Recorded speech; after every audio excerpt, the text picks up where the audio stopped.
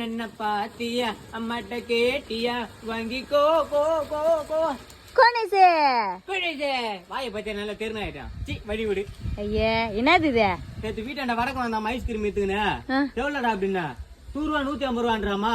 சரி ஒரு நாளைக்கு எவ்வளோ வியாபாரம் பண்ணுவா அப்படின்னு கேட்டா 10,000 ரூபா 5,000 ரூபா பையா அப்படின்றாமா.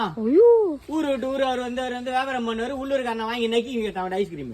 அதுக்கு அதான் இன்னைக்கு நானே வியாபாரம் பண்ண ஆரம்பிச்சிட்டேன். வியாபாரம் பண்றதுலாம் இருக்கட்டும் நாயா, தோசை மாவு தூக்கின்னு வந்து வியாபாரம் பண்ணுகிற இதே ஐஸ்கிரீம்னு வித்துனுக்குற உன்னை எவனும் எதுவும் கேட்கலையா? கேட்கலையாமா. இப்ப உப்புக்குதா காரங்கதா எதுவுமே பார்க்க மாட்டானுங்க. ஜில்லுன்னு வாங்கி வாங்கி தின்னு காணுங்கிறானுங்கம்மா. குழந்தை அழுதா போதும் வாங்கி குத்துறானுங்க. இது எங்க தயாரிக்கிறானுங்க ஏது தயாரிக்கிறானுங்க குவாலிட்டி ஆகுதா? அட நாயே, உன்ன மாதிரி ஒரு சில ஆளுங்களால தாண்டா நல்லா வியாபாரம் பண்றவங்க கூட நல்லா குவாலிட்டியா பண்றவங்க கூட கெட்ட பேர் எத்துனுக்குறான். ஆளை மூஞ்சியும் பாத்தியா? உன்ன சொல்லினா பிரயோஜனம். இவங்க வாங்கி கொடுக்குறாங்களே குழந்தைங்களுக்கு எப்படிப்பட்ட பொருள் வாங்கி கொடுக்குறன்னு ஒரு தடவைக்கு 10 தடவை செக் பண்ணி பார்த்துட்டு வாங்கி தரது இல்ல.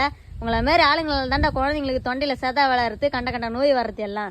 தூக்கிமா போட்டு வேலை மேற பாடுறா. நான் இந்திக்காரனோட அதிகமா சம்பாதிக்கணும். ஐயே வச்சுப்பே.